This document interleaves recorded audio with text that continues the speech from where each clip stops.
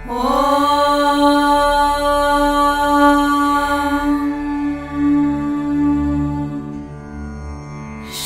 अदितिरुवाच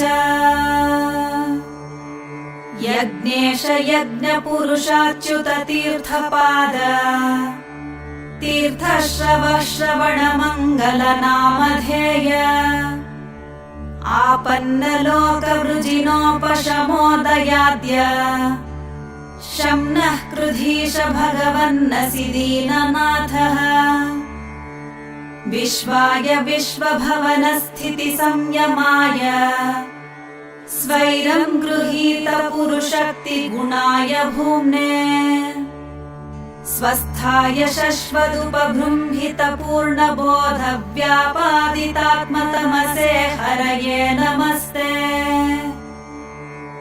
आयुः परं वपुरभीष्टमतुल्यलक्ष्मीर्द्यो भूरसाः सकलयोगगुणास्त्रिवर्गः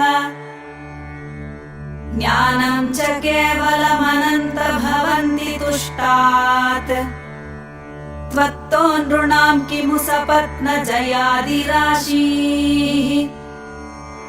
इति श्रीमद्भागवतपुराणान्तर्गतं वामनस्तोत्रं सम्पूर्णम्।